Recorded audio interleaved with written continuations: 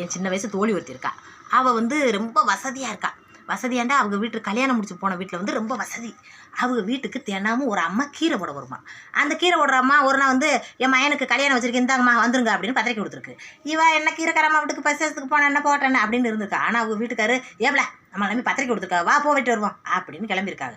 சாதாரண சேலை எடுத்து கட்டியிருக்கா. அவங்க வீட்டுக்காரு என்ன சாதாரண சேலை கட்டியிருக்கா, போதும் போதும் கீரைக்கம்மா அம்மாவுக்கு இந்த சேலை அப்படின்னு போயிருந்துருக்காங்க. அங்கே போய் பார்த்தா காரு வண்டியும் நின்றுச்சான்.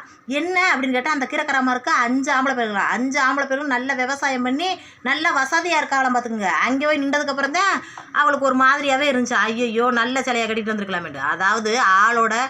அதாவது மனுஷங்களோட உருவத்தை பார்த்து அவங்கள உடுத்துகிற உடையை பார்த்து என்றைக்குமே தரத்து போடக்கூடாது. சாதாரண கீரைக்கார அம்மா தானே அப்படின்னு நினச்சா பார்த்தீங்களா.